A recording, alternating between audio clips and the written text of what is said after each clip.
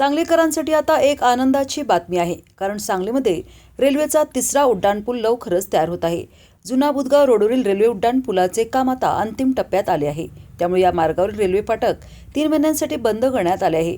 मुख्य उड्डाणपुलाच्या जोडणीचे काम हे या 3 महिन्यात पूर्ण केले जाणार आहे।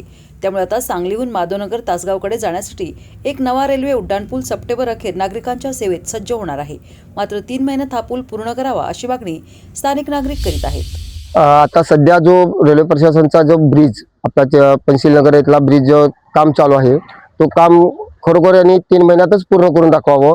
आणि त्या इथल्या जो शाळा आहे तिथं म्हणजे माधवनगर तासगाववरले लोक बुधगावला येणारी रस्त लोकांना फार त्रासिक होतो, कारण जून मध्ये शाळा चालू झाल्यानंतर ही शाळेला जाणाऱ्या विद्यार्थ्यांना पूर्ण जरा लांब पल्ला पडणार, त्यामुळे शाळा तिथे व्यत्यय येणार आहे। आणि दुसरी गोष्ट आहे की चिंतामणी नगर पूल आम्हाला 6 महिन्यात पूर्ण करून देणार होते, पण त्याला 1.5 वर्ष लावले आणि तरी पण कामाचा पूल व्यवस्थित नसताना अत्यंत गलिच्छ पद्धतीने हा ब्रिज बांधला होता। पण हा पूल चांगला होईल अशी आमची अपेक्षा आहे आणि लवकरात लवकर रेल्वे प्रशासनाने हे 3 महिन्यात पूर्ण करून द्यावे आणि लोकांच्या नागरिकांच्या त्रासापासून त्यांना मुक्त करावे।